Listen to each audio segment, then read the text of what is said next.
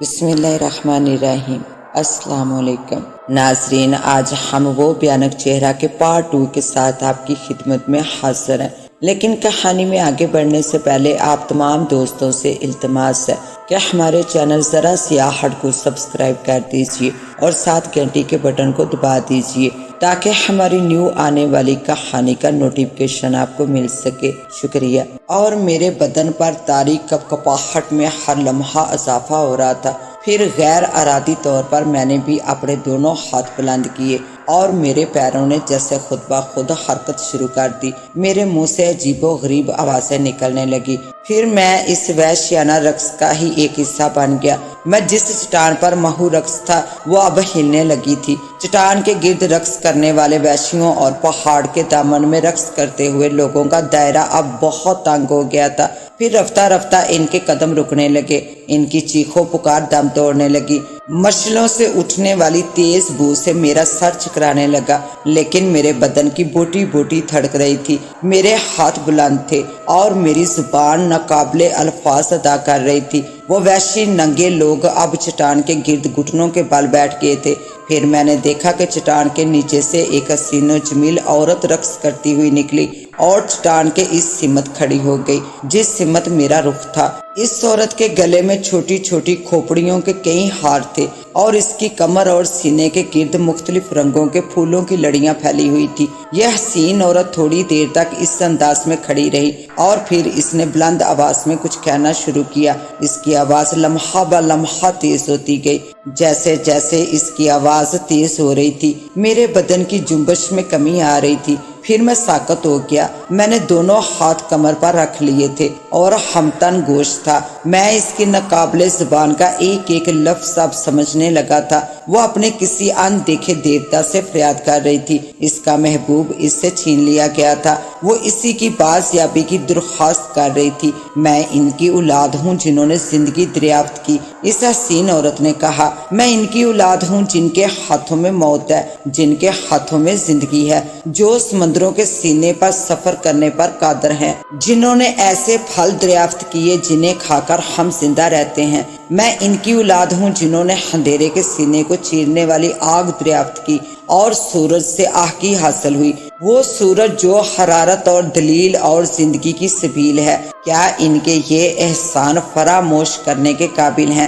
دیوتاؤں کو خوش رکھنے والے پجاریوں، جواب دو۔ آج کی رات تمہارے جواب کی آخری رات ہے۔ اگر اس رات بھی تم نے وہی جواب دیا جو اس سے پہلے دے چکے ہو تو پھر آسمانوں سے قہر کی بارش ہوگی، تم پر زلزلوں کی آفت آن پڑے گی، ایسی آگ برسے گی کہ تمہارے مسکن جل جائیں گے اور تمہارے مویشی اس آگ میں بہہ جائیں گے، تمہاری اولادوں پر بجلیاں گریں گی، اور پھر یہ عرض جس پر ہم آج جشن منا رہے ہیں، دیوتاؤں کو خوش کر رہے ہیں، سمندر کا حصہ بن جائے گا۔ اس حسینہ کا کہا ہوا ایک ایک لفظ جیسے بجلی تھا۔ میں لرز رہا تھا، میرا دوران خون تیز ہو رہا تھا۔ اس حسینہ نے ہاتھ بلند کیے اور اپنی دراز زلفوں کو تھرکنے لگی۔ اے خداؤں کو خوش رکھنے والے پجاریوں، حسینہ پھر بولی، یہ میرا آخری رقص ہے۔ اگر میرا محبوب مجھ سے ملا دیا گیا تو پھر یہ میرا آخری رقص ہوگا۔ وہ صاحب حسن دو شیزہ بڑے والہانہ انداز میں اپنے بدن کو حرکت دے رہی تھی۔ اس کی بوٹی بوٹی تھڑک رہی تھی، اس کے پیر زمین کو چھو بھی رہے تھے اور نہیں بھی۔ اس کی بڑی بڑی روشن آنکھوں میں جیسے شعلے رقصا تھے۔ اس کے گرد بیٹھے ہوئے وحشیوں نے اپنی اپنی گردنیں جھکا دی تھی۔ میں ایک ٹک پلک چپکائے بغیر اسے دیکھ رہا تھا اور پورے بدن میں جیسے آگ سی لگ گئی تھی۔ اس پری کاوش کا رقص لمحہ بہ لمحہ تیز ہو کر جب نقطہ عروج پر پہنچا تو پوری فضا ہڈیوں کی آواز سے گونجنے لگی۔ ہر شخص نے اپنے آگے رکھی ہوئی کھوپڑی اٹھا کر اسے ہڈی سے بچانا شروع کر دیا۔ ان آوازوں کے شور کو چیرتی ہوئی ایک ہیبت ناک آواز ابھری اور کھوپڑیاں پیٹنے والوں کے ہاتھ یک لخت رک گئے۔ اس کے ساتھ اس حسین عورت نے اپنا رقص ختم کر دیا۔ بھیانک آوازوں میں نعرے لگاتے ہوئے 6 ننگے آدمی بڑی بڑی کھوپڑیاں لیے